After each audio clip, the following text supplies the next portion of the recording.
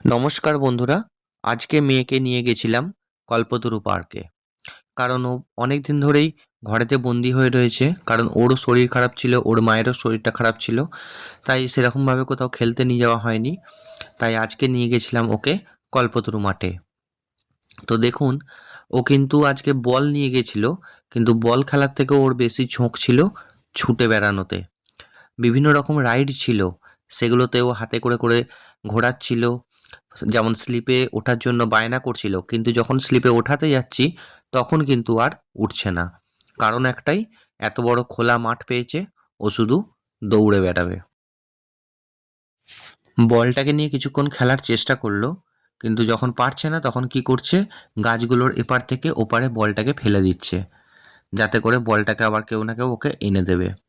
তারপরে পাশে কিছু বাচ্চারা ব্যাট বল খেলছিল, তাদের কাছ থেকে ব্যাট নিয়ে সে ব্যাট করতে লাগলো, বল করতে লাগলো।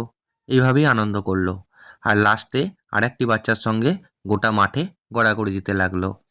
তো বন্ধুরা, আজকের আমার এই মিনি ব্লগটি আপনাদের কেমন লেগেছে অবশ্যই কমেন্ট করে জানাবেন। আর ভালো লাগলে লাইক করবেন।